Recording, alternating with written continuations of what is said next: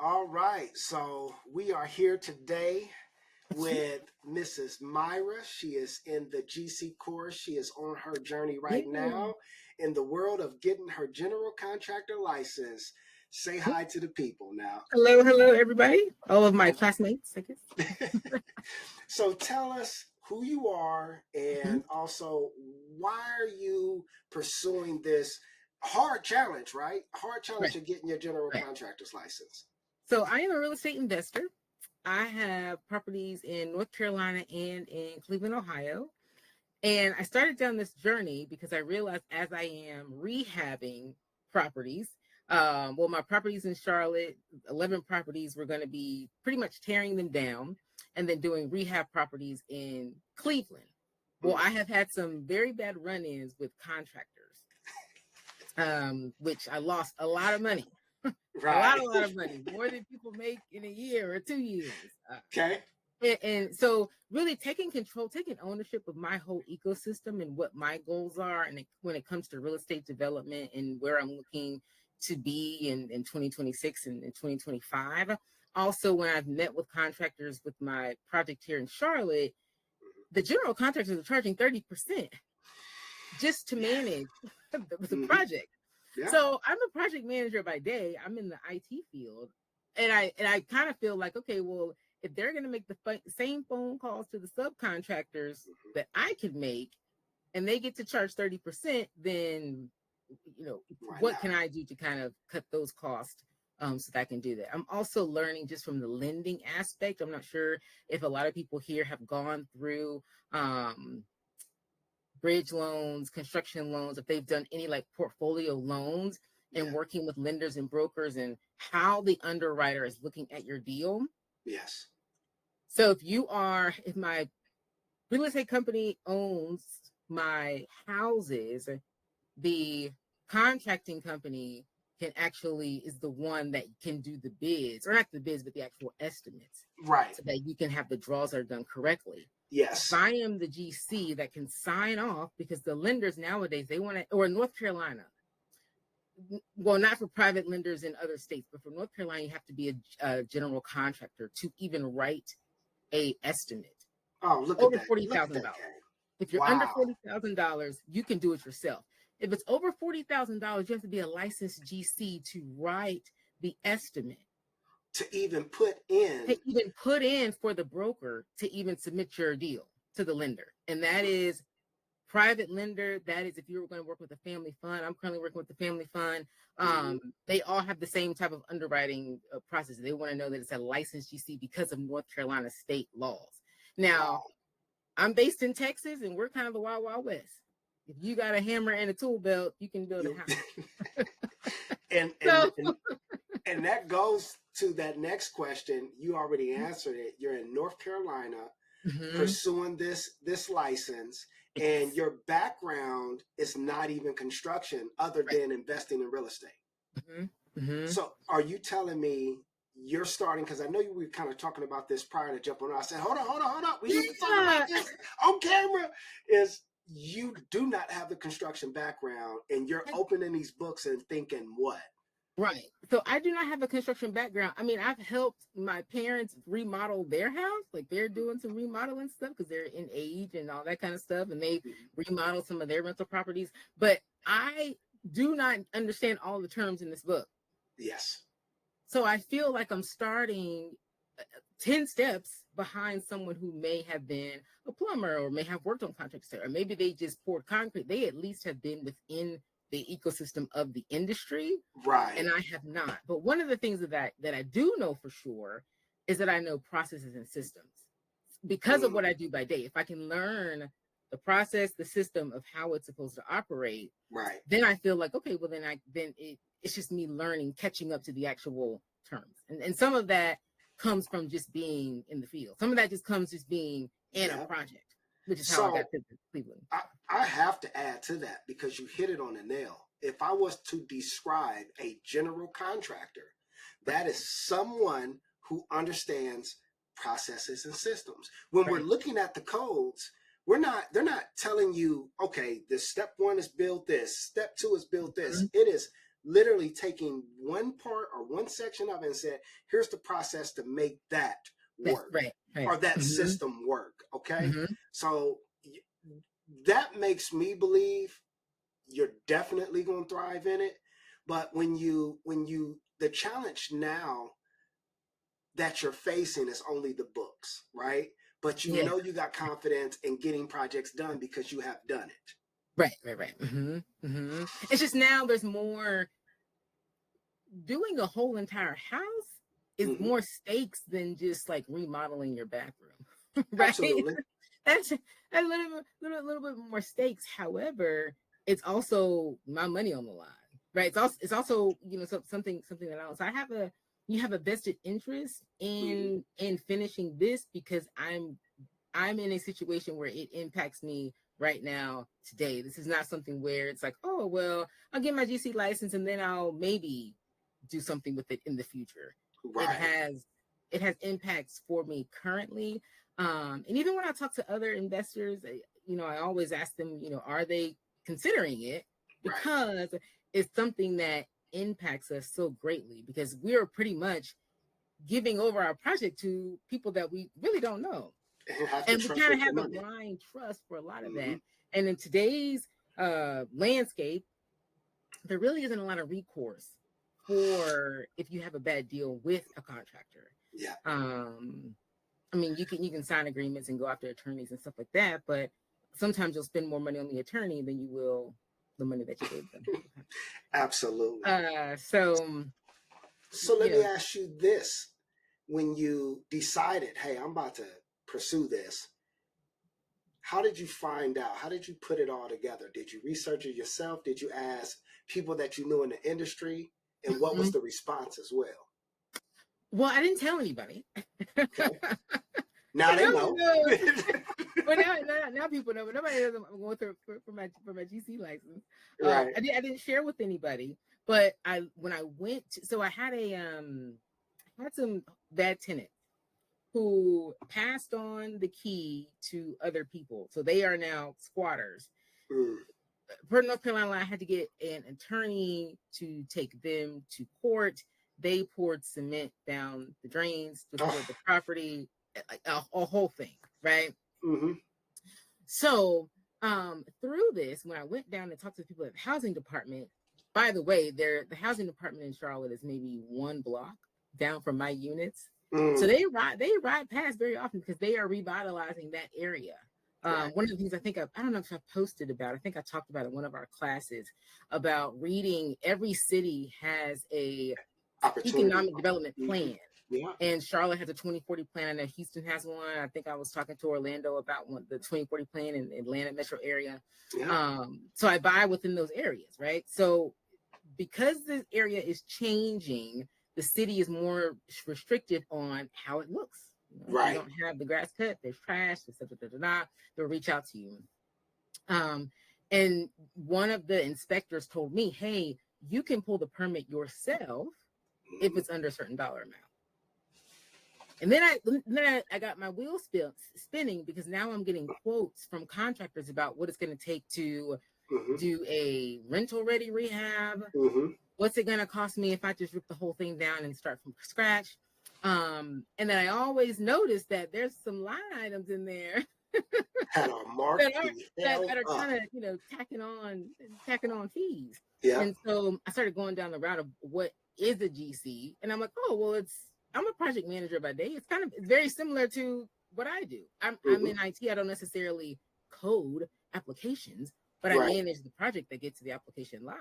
So I felt it was a lot of similarities, but between that, and then just talking to people at the building department saying, hey, like what is that process. And then I talked to the North Carolina Board of Contractors, which is why I made that post in the group outlining, okay, this is actually what they check for. This is Right. what they look for as far as background check, credit check, letters. I think it was letters of You the said letters from people character that check. Yeah. character letters. Mm-hmm. So it didn't ever ask me for experience. It asked Right. me about my character. It asked me, they wanted to know if I had, any liens or any bad business dealings and things like that. So there really isn't anything stopping someone from getting a contractor license at all. It's just a matter of who's willing to, take the horse and study and do the work. Well, how long you been on this journey? Not the career part, but the Oh, GC part. I would probably say probably the last 2 months.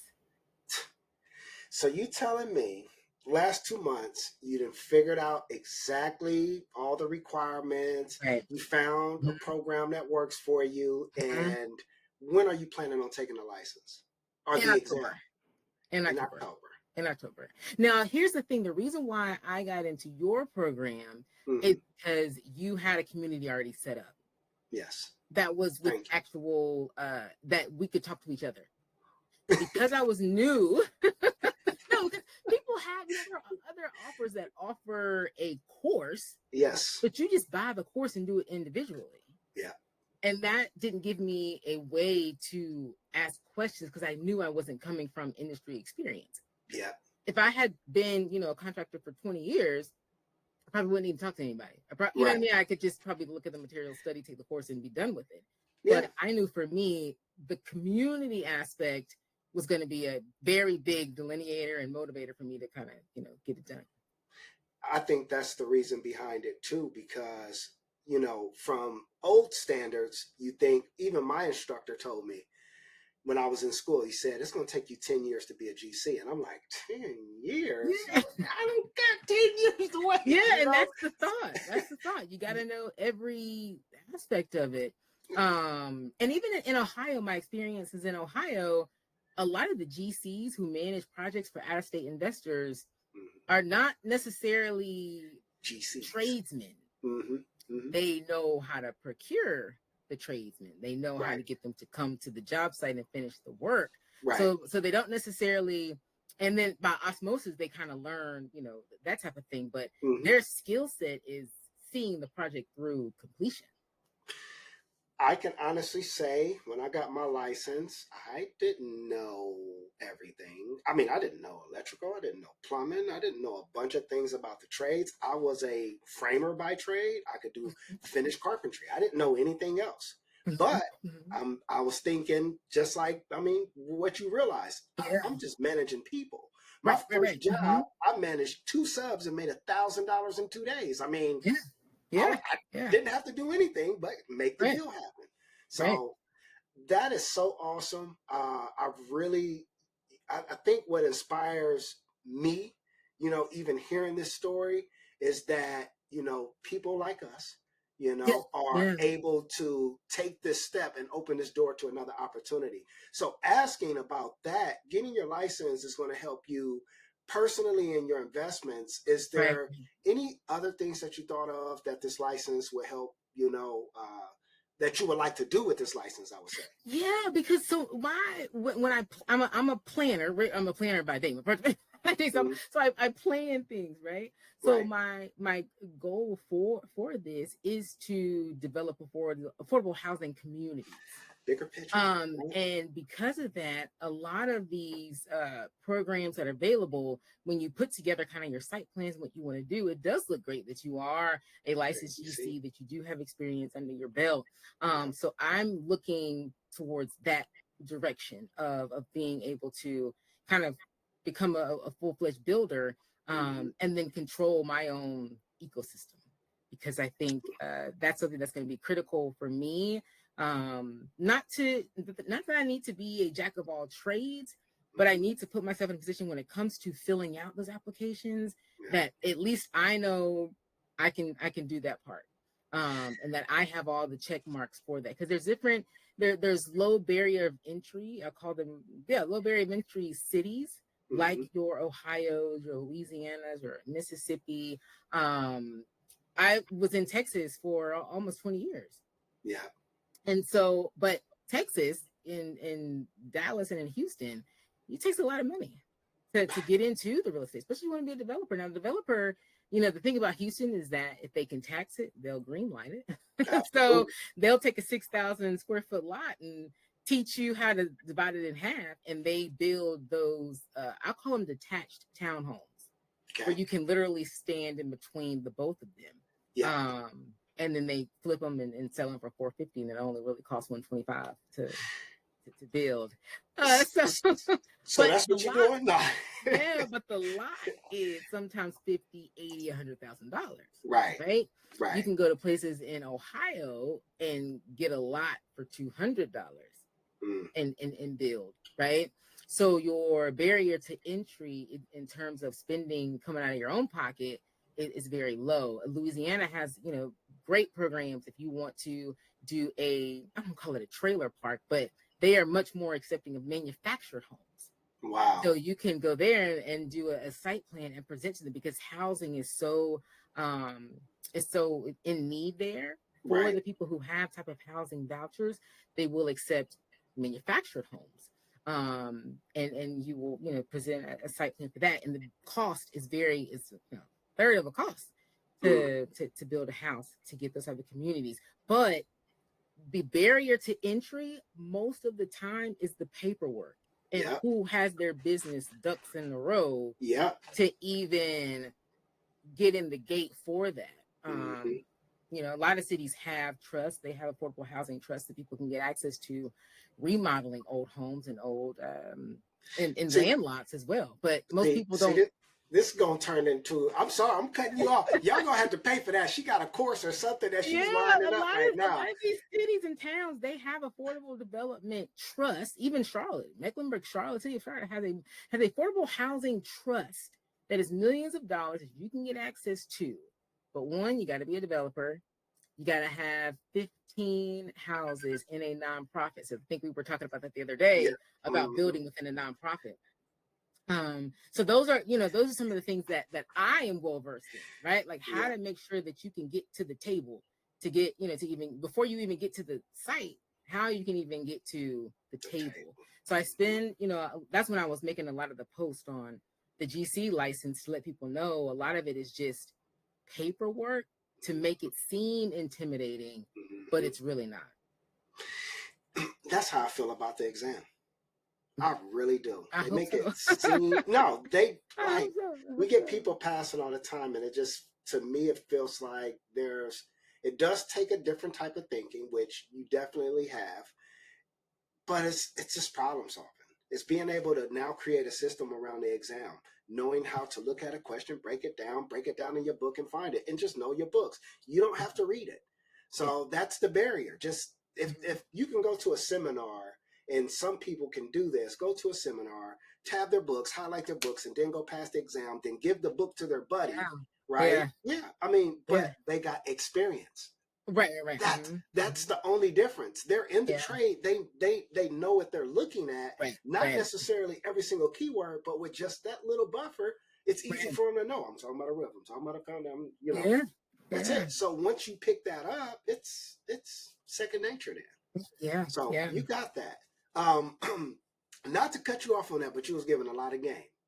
So I hope they replay that part right there. Points, right? Like some people are really, really good. I think Marcia in the class, when we had the math, he was like kicking it out. Like it was nothing for him, and he was like, "How slow, nutheads in here thinking." Don't feel bad. Everyone has their strength and what they can bring to the group. So I try to add at least what I know to the group to help people out. So speaking of that, the licensing process, we briefly talked about it, but what was the process for you now? Because you're set up to take your exam, but in North Carolina, they got a pre-approval process. What was the steps you had to take, and also how difficult was it? Oh, so again, it seems very intimidating. So in North Carolina, we have 3 different tiers of residential. So because I'm only doing residential. They have the 175, and you have to get you can either do a surety bond or you can do financials. Now, to me and most other business owners, to do financials outside of tax season is a headache or is a mountain that most of us do not want to climb. Right. I also didn't necessarily feel comfortable with sending them bank statements either. So I was kind of like, I know y'all, but not really. So I went down the surety route, and surety, I had to use surety bonds before because remember the city needed me to pull a permit to get some steps fixed, right? Right. So they wanted me to have a $2,000 surety bond to pull the permit. So I had to use suretybonds.com. I called them back and said, hey, I need a bond for a contractor license. I chose the lowest tier, 175, because in North Carolina, if I ever wanted to go and do the $500,000 home or do the license that has a $500,000 or the $1,000,000, it's only a difference in the surety bond. Mm. So for me, because I'm not building $1,000,000 home right now, there was no need for me to spend the money on the surety bond. So I Right. chose the 175 because it is based on the price of the project of, Mm-hmm. of one house. So I could be building 10 houses here, Right. but it is per project, per house. Okay. So that's the fine print when people think, oh, I want to be a builder, I want to develop a whole neighborhood. But if you are building a lower cost home, Right. it's not gonna, you don't need the $1,000,000 unless it's a truly $1,000,000 building. So we're talking insurance here, Right. right? So this is surety bond. Mm-hmm. Yes. Mm-hmm. So on your surety bond, what was your minimum requirement that you needed? You just need to pay the fee. Just need to pay the fee? Mm-hmm. Like how I much just of a gave them my business name, Neotex Construction.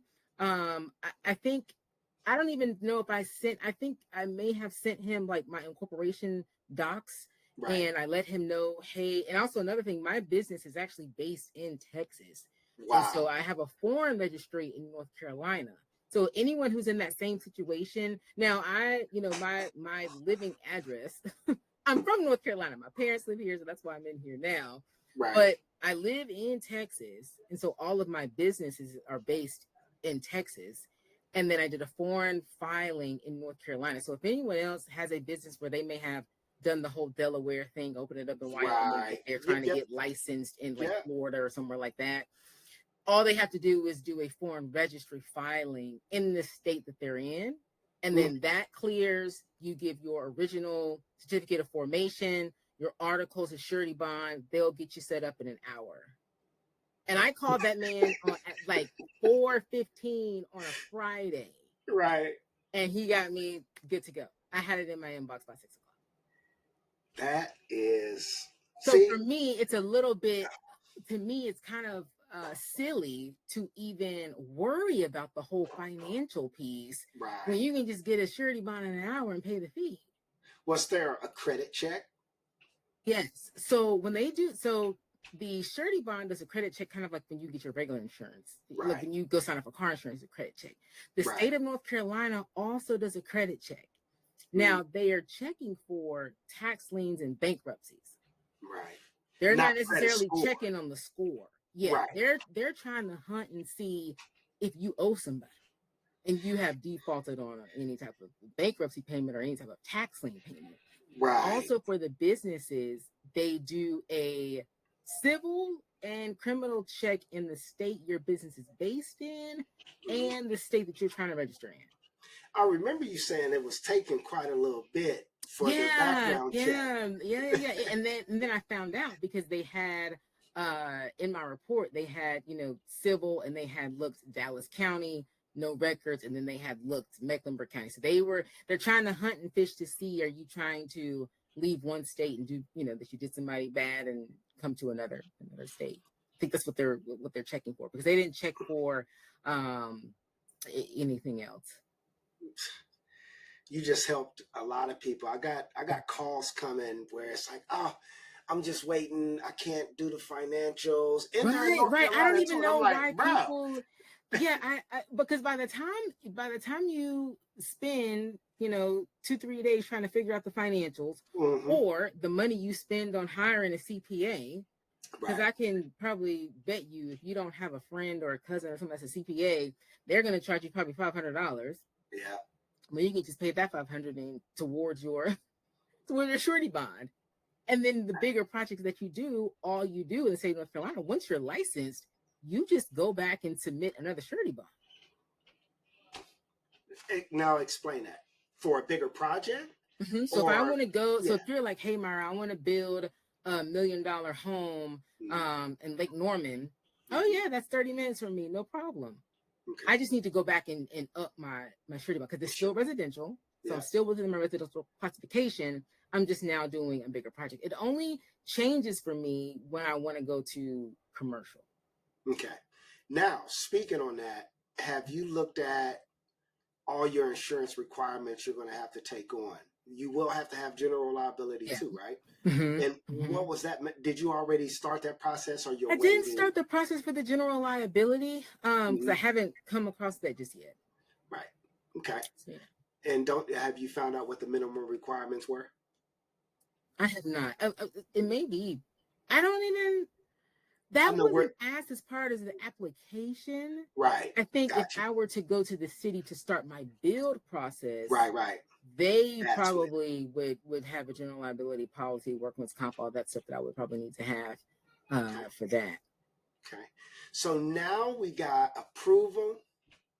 And you're going. Oh, and it only gives you 6 months. I really thought it was a year. They would give you a year. Right. And then my little letter said, "Oh no, honey, by December 28th, you gotta be finished." So we got work to do. But you already said it. You already know October. Did you set your date already with PSI? No. When did you plan on doing that? Probably the end of next week. Okay. Everybody hear that? End of next week. So by September 28th, we will be scheduling a test exam. Okay. That's very important in this process because the next question is, you're studying. How is that going? And I mean, how are you juggling that with your everyday life right now? Because I mean, you got a lot going on. Yeah, I do have a lot going on. So it hasn't been, which is part of the reason why I came back to North Carolina, because I can kind of focus better here.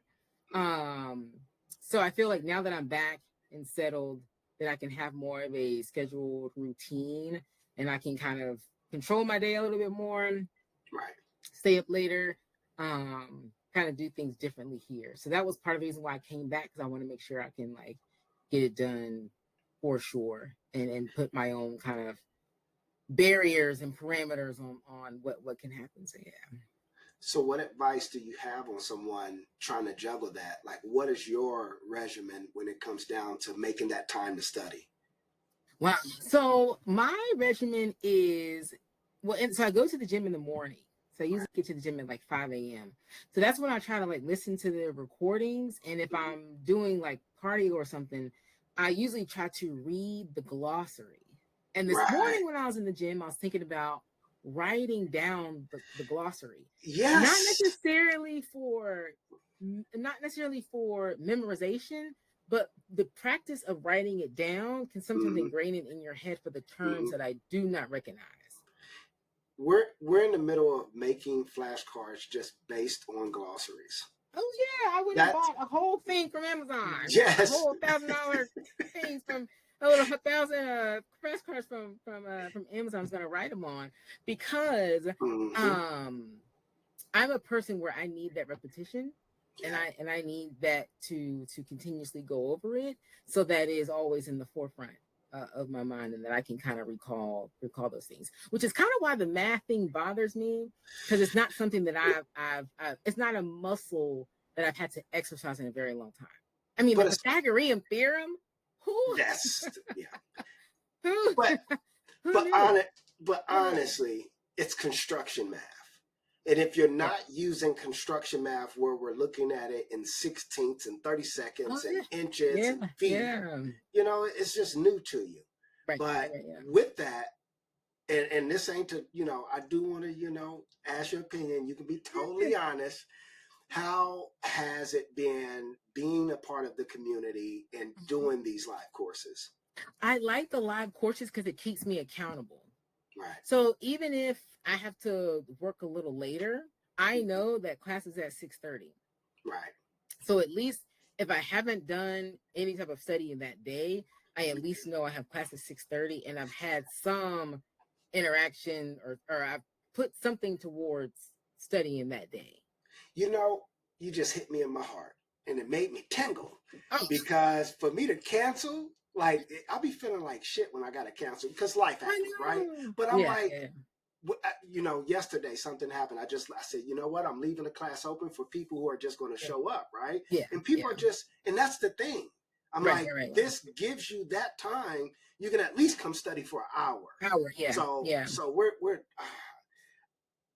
one day we're going to be very successful at these classes with multiple people yeah, because yeah, I'm yeah, trying to hold it together. And I thank you for letting me know how yeah. important it is because Mm-hmm. just having that 1 hour is adding value to your study plan. Right, because then at least you can say, "Hey, I have class tonight. I can't do Mm-hmm. X, Y, Z." Right? Mm-hmm. Which when you sometimes when you're trying to say, "I need to set aside this time for studying," it can be a little flexible Yeah, versus saying, "No, I have class. Like I am responsible for showing up. Like even yeah, if really because it's showing up for myself. Like I know I have class tonight. This is what I'm going to be doing." right. Versus sometimes I should study, and then it's like, "Oh, I'm going to get up." I'm gonna Saturday morning. I'm gonna get up at 5 a.m. and study, and then it's like, oh no, maybe I'll start studying at 8. Oh no, I should run to the grocery store. I'll start 12, and then it's later, and then it's the whole day has gone by, and you haven't done anything. Mm. So the classes to me at least keep me responsible, saying, okay, oh I have class, I can't do that, or that type of thing. I won't take up too much of your time because you know we got class at 7. Actually, no, this orientation day. My fault. I Oh, thought it yeah. was class today. Mm-hmm. It's We don't have orientation. class on Mondays, but Tuesdays, Yeah, Wednesdays, Thursdays, and and then Saturdays. yeah, I'm trying to push that. You know, really, really tough right now. But I want to cover those areas. I know blueprinting was one of those things that I was struggling with. The first few courses was great, but you know, there's people always asking, I need more. I really want to focus on this area because Right, right. some exams really just have the blueprinting, right? But besides that, what advice could you give to someone right now looking to get their license and just struggling with kind of gathering the information? Oh wow, I would say really reach out if you're doing a state exam. Mhm. Just reach out to them because actually, when I was having the issues with the holdup and the waiting period, I called them and the guy was nice and he was Nice. just like, "Oh yeah, this is what's happening. Because you're out of state, they're but we got to check both states, and that's usually and in North Carolina, it's a separate platform that Hmm. they don't see. They only see that it's completed or it's not. They can't. And so he kind of explained that to me. So I think anybody who's struggling with it or kind of hesitant about it, you've Hmm. already signed up for the course. Yeah. So you owe it to yourself to see it through and to contact your state to find out what are the real requirements. Yeah. Because sometimes what's posted in forums and stuff, some of that It's stuff can be 5 years old, 7 years old. It could be, outdated. So it's not even true anymore. They're not even looking for that anymore. mhm. We're going to end it on this note. I got to thank you so much for even giving us the opportunity to hear your side and hear this story Yeah. because I know it's going to inspire not only women, but Yeah. everyone that's in this journey, Yeah. Yeah. for real. And with that being said, what are you going to do when you get your license? How are you going to celebrate? Well, my birthday's the week after. So What? Oh, shoot. so that's kind of why I'm looking at those October dates because I want to take it before my birthday. Yes. That's just as a personal goal. I kind of want to get it done before then. And then I can kind of relax. Or if I don't pass, No, then ain't it no is or. well, we're gonna speak positivity. Ain't no or. Yeah. So when I pass, then I can kind of use that as a dual celebration and then tell everybody, hey, I'm a licensed GC. Did you come to that test coach webinar? I did. You And I did? think, yes, because I think when we hopped on the orientation, I was Right. oh yes, no, the test court. The test court. Yes, I did. I attended his webinar and he was talking about actually how to prepare for an exam. We're going to keep him showing up so we can still get more value and also offer his services to the community. Do you think for you, what kind of tester are you? Or like, do you know what kind of person you are when it comes down to testing?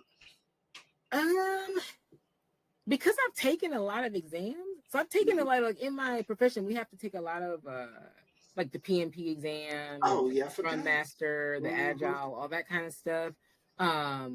During the pandemic, I did all of those, and I did. Well, I had my PMP, but I also did the Amazon. Their Amazon. they have Amazon has a what is it called? I forgot the freaking thing name. Um, they have a it's more of a technical certification, Oh, I was about to say like a Amazon developer, making you like take tests. a Amazon Cloud Okay, IT. developer application where you learn Yeah. basically. Amazon has a very it's not that difficult for you to learn how they build cloud environments and how Right. people host their data and stuff like that. So Right. I did that because I wanted to learn. I wanted to be able to talk to my engineers that I work with. I want to be able to kind of have a better understanding of what they do, so that we could level set expectations when we do have to set project timelines and things like that. So it's kind of the same thing here. Like if I can understand what it takes to frame a house, I can probably have better expectations on timeframes.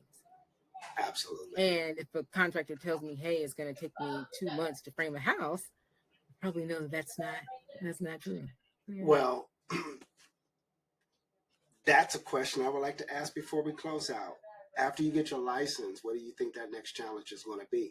Is it going to be figuring out the processes in construction? Yeah, it's going to Yeah. be me figuring out what are the processes in construction and what that order looks like from Right. soup to nuts. Because I know when you do rehabs, once the drywall goes in, then you can start doing putting in your appliances and you can start doing all the pretty home decor stuff. Right. But getting to that point, what does that look like in terms of foundation, Yeah. plumbing, electrician, electrical, wiring? What does that look like? I know I was looking up over the weekend how to have those extra Nail blockers. before you put the Oh. drywall in, so that you have studs and people can Mm-hmm. hang Mm-hmm. TVs and Mm-hmm. hang bars or Mm-hmm. whatever and support beams and stuff like Yeah. that. That type of thing. So just looking at because when I look at the type of homes I want to build, I'm thinking about the elderly. I'm thinking about people who have maybe physical challenges and things like that. Yeah. So that piece is very important to me of understanding, so that when I talk to a subcontractor, Mm-hmm. we're on the same page of what's happening. You see it step for step. Right. Right. Instead of just seeing the finish. Right. Yeah. And I gotta say this, my background is VA disability. So when I do those videos and I'm showing in the shower, regardless if they want grab bars or not, I'm putting backer for the future. Right. You may not want it right now, but I'm gonna put Yeah. it so you don't gotta rip this out, or you don't gotta get hollow wall anchors and mess up this beautiful tile.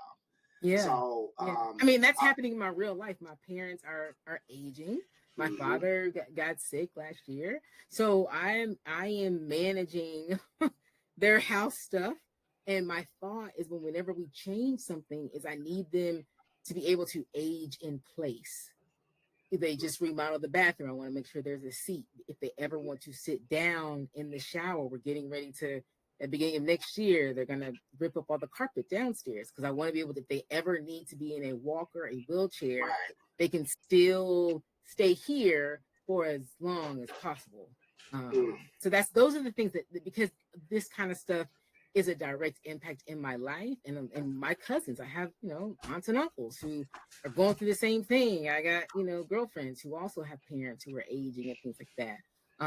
So those are regular conversations. And if I'm the person in the group that knows, a little something, then to me, that goes a very long way.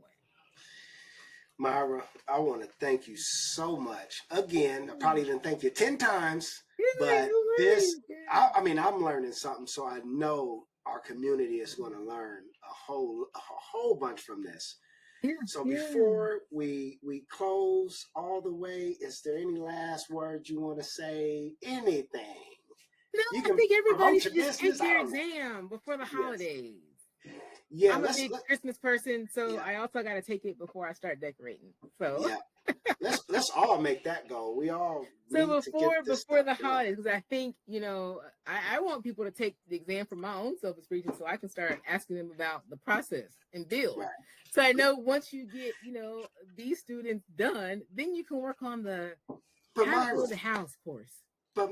this is what this is. The Nellis Startup Academy. We Oh, already I have didn't even notice it. I thought it we, was just we, we already got mentorees okay. in the program. We Okay. got Orlando's in one. He's in Georgia. You can ask him how it's going. Lavondra, she's down in Florida. Oh, One's doing the okay. kitchen and bathroom company. Well, actually, they're both decided they're going to do kitchen and bathroom companies. Oh, And wow. what Yeah. we do, we do the whole process from inception of ideas with the websites to processes on how do you take a lead from they're interested to closing, walking it Oh, down the yeah. The sales pipeline. process. Yeah. Yeah, and then getting in the project. See, my background is kitchens and baths, Oh, but okay. Yeah. I'm a project manager, and Mm-hmm. I've been builds from start to finish. So went Right. to school for it. I understand the Yeah. process. So that's what we do in the program.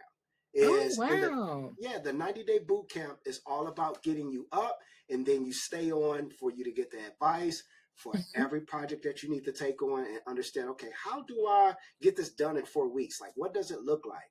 Yeah. And Yeah, that was the argument. The guy we just had to do the bathroom, it took him like 3 months you were supposed to to call do me. a bath There's do a there's bathroom. there's no bathroom that takes 3 months. And we purchased all the material, and I mean, it's just I hope people understand where we are in time, right? When Right. they're talking about building a business, I hope people really understand that the boomers outnumber us, Yeah. and the services that the boom, like, you're marketing to people like me, the Right. children of the boomers, right? And I Right. hope people in this academy understand that a lot of your money is going to come from people who need to remodel their kitchen, their bathroom, tear up Yeah. flooring, so Yeah. that their parents, because I don't know if you've ever been to a assisted living facility, Hmm. but it can run you anywhere between 8,000 to 13 grand a month. Yeah, that's why the So, program the program with the VA is because it costs more money to put them in a home yeah, than yeah, to. I mean, we have modified the whole houses for yeah, them to stay in it. So yeah, that's yeah, another thing, and yeah. that's if anybody wants to learn that, I'm definitely open to teaching that as well. Yeah, I would But definitely be interested in learning that once I get certified, because I know that there are, a lot of the boomers, their houses are paid off. mhm, So a lot of times for the kids, it doesn't make sense mm-mm, financially to try to put them somewhere, but the home isn't suitable for them at the time. And so that's do going to be a huge industry right now. I mean, private equity isn't it, investing in that it industry for no reason. it's So already big. yeah, And I was operations manager. This is gonna lead to something else, but we're gonna have to close. yeah, I was okay. operations manager for a elevator company. Mm, We did stair lifts, vertical okay. platforms, and Mhm. elevators. And Oh, I in a was house. in a house, residential, Oh, no wow, commercial. wow. Oh, okay. Yeah, all over the United States. Oh, Like wow. all over. This was just 2 years ago. So I Now, was was, that considered like luxury, or could like your no, average stroke look? you're trying to stay in your house. Mm-hmm. And I Mm-hmm. mean, I've been in, a $200,000 house and Right. $1 million house. It just Oh, depends. There's wow, wow. elevators for every price. The elevator's Mm-hmm. not that expensive. It's Oh, really not. wow. And then, a vertical platform lift. You can Yeah. basically create a channel, and that's really your elevator. So Oh, price point, it's affordable when you think about, again, you're going to spend how much a month to go mm-hmm. into a folks Mm-hmm. home? Yeah. Yeah. So we bring in engineers, we I mean, it's so fun to do, but it's all Yeah. that they And it's need a to feel good project because you get to yeah, see the actual person, like, yeah. and how they impact their lives. So, yeah. So it looks like I'll be teaming up with Myra on some disability, Yeah. um, uh, Yeah. uh, Yeah. baby boomer, keep them in the house House. projects, Yeah. and Yeah. we'll go from there. Well, again, I thank you so much. I Mhm. hope you have a wonderful evening. And this Yeah. was the Nella Startup Academy. I hope you guys got a lot of value for what she was trying to share with you about her journey. And if you have any questions, can they reach out to you in the community? Yeah, just inbox me. Perfect. So just hit her in the message box. That's Myra. I don't want to butcher your last name. Good morning or good Goods. evening. Yeah. As in good morning. Thank you again. And this is the Nelly Podcast. All right, my